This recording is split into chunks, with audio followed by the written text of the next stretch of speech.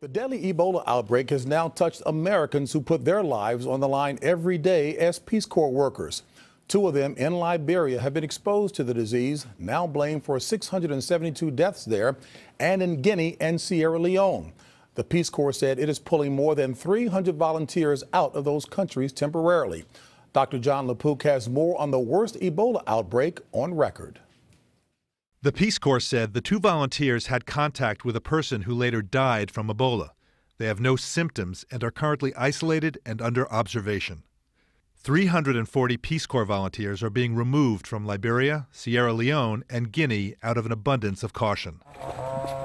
The outbreak has infected at least 1,200 people and killed nearly 700. Dr. Stephen Monroe of the CDC. Almost certainly those numbers will increase in the coming days, and they probably represent an underestimate of the true number of cases because there's incomplete reporting of cases in most of the districts. The virus is spread through direct contact and has an incubation period of up to 21 days. So a person could become infected, feel perfectly fine, travel elsewhere, then become sick and contagious. Theoretically, could the virus come over here to the United States?